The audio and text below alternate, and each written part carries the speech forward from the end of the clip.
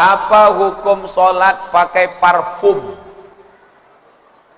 yang mengandung alkohol? Alkohol itu adalah cairan anggur.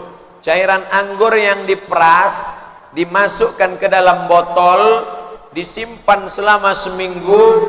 Setelah melewati proses fermentasi, keluar zat baru, berbuih, muncul zat baru secara otomatis. Namanya alkohol, bukan bahasa Arab.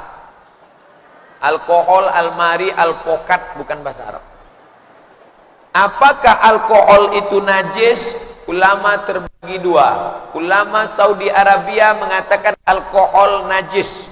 Maka kalau disemprotkan ke baju, baju itu tidak bisa dibawa sholat.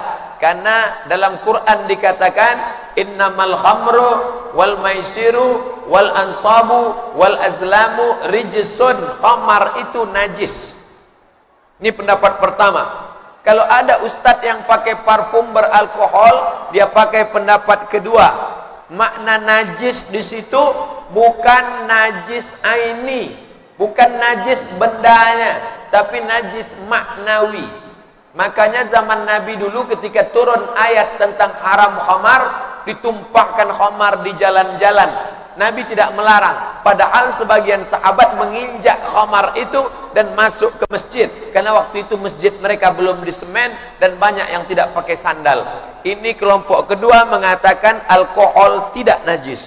Yang pertama mengatakan najis. Saya condong kepada yang mengatakan alkohol tidak najis. Maka kalau berpendapat alkohol tidak najis, maka boleh dipakai. Tapi saya sendiri memakai minyak wangi yang tidak alkohol. Tidak ada alkohol. Ini minyak wangi, bukan minyak sinyong-nyong. Ini parfum untuk dioleskan ke tangan atau ke hidung. Karena malaikat teraniaya dengan bau busuk.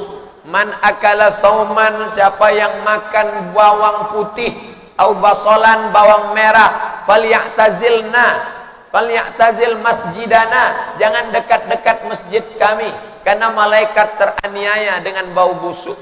Tangan kita ini mengeluarkan asam, zat asam, maka dipakaikan minyak wangi, bagus.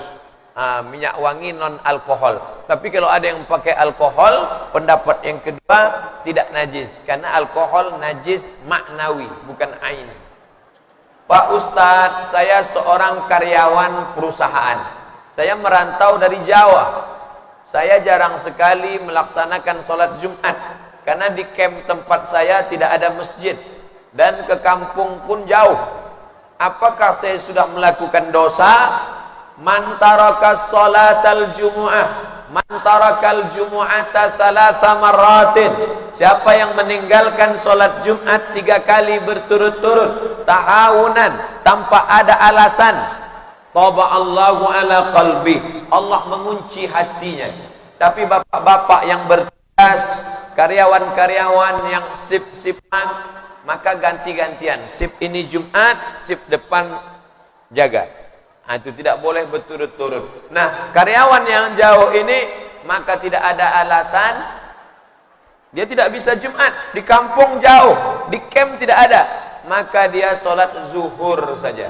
Tapi kalau bisa jangan berturut-turut, ada selang-selingnya. Tapi kalau tidak bisa sama sekali, maka engkau sholat zuhur saja, pengganti dari sholat Jumat.